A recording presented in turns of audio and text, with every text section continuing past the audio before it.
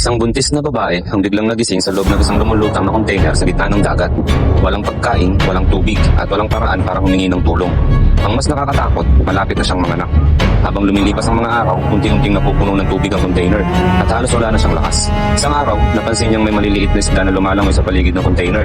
Napagtanto niya na maaaring yun na ang tanging pagkain nila. Kaya gumawa siya ng simpleng sibat gamit ang bakal at screwdriver. Paulit-ulit siyang sumubok, pero sa bawat pagtatangka, mabilis na nagtatakbuhan ang mga isda. Buong araw siyang naghirap, pero wala siyang nahuli kahit isa. Pagod na pagod. Nahiga siya sa ibabaw ng container at halos mawalan na ng pag-asa. Bigla, may dumangang plano sa itaas at isang ideya ang pumasok sa isip niya. Mabilis niyang binasag ang TV screen sa loob ng container at kumuha ng peraso ng salamin. Plano niyang gamitin ito para mag-reflect ng liwanag at makaakit ng pansin. Pero dahil sa pagmamadali, naputol ang kanyang hita sa matalim na salamin. Malupa ang sugat, wala siyang doktor at wala ring gamot. Kaya ginawa niya ang isang bagay na hindi kayang gawin ng karamihan. Uminom siya ng alak, binuhos ang natira sa sugat at siya mismo ang nagtahi ng kanyang sariling laman. Halos mawalan siya ng malay sa sakit pero kailangan niyang mabuhay. Hindi lang para sa sarili niya, kundi para sa kanyang anak. Habang nagpapahinga siya, napansin niya ang mga headphone cable sa loob ng container at doon siya nakaisip ng bagong paraan. Tinahi niya ang mga cable para gawing lambat. Pagkatapos, ginamit niya ang diaper ng sanggol bilang pain. Hindi nagtagal, dumating ang mga isda. Sa wakas, matapos ang ilang araw na gutom, natikim siya ng pagkain.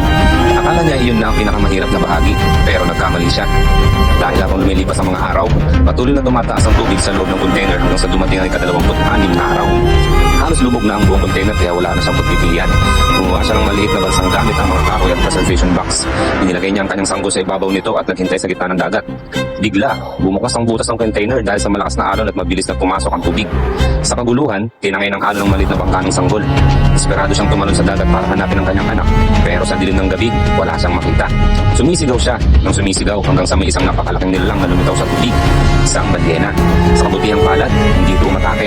Sa halip, lumalangoy ito papunta sa maliit na bangka ng sanggol at sinadyang musikat ito ng tubig. Nagulat ang sanggol at nagsimulang umiyak. At doon, narinig ng ina ang iyak ng kanyang anak. Desperado siyang lumangoy patungo sa tunog at sa wakas, muli niya natagpuan ang kanyang sanggol. Magdamag silang naanod sa gitna ng karagatan. Halos hindi na makagalaw ang babae sa lamig at pagod. Hanggang sa may napansin siyang isang seagull na lumilipad sa itaas. Ibig sabihin, may lupa na malapit. Kaya itinapon niya ang mga buto ng isda sa dagat upang makaakit ang mas maraming ibon. Hindi nagtagal, dumami ang mga seagull sa paligid. At ang eksenang yun ang nakakuha ng pansin ng isang fishing boat. Agad silang lumapit sa ibabaw ng dagat. Nakita nila ang maliit na bangka na may sanggol sa loob.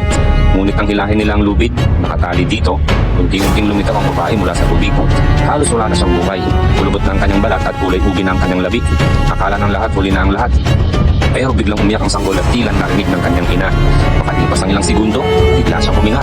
Isang himala ang naganap matapos ang halos isang buwan na pakikipaglaban sa dagat. Sa wakas, naligtas ang mag-ina. Hanggang dito na lamang po natatapos ang kwento ng pelikula. Sana ay nagustuhan ninyo ito. Maraming salamat po sa inyong suporta. Pakifollow na rin po ng page para sa mga paparating pa na mas magagandang pelikula.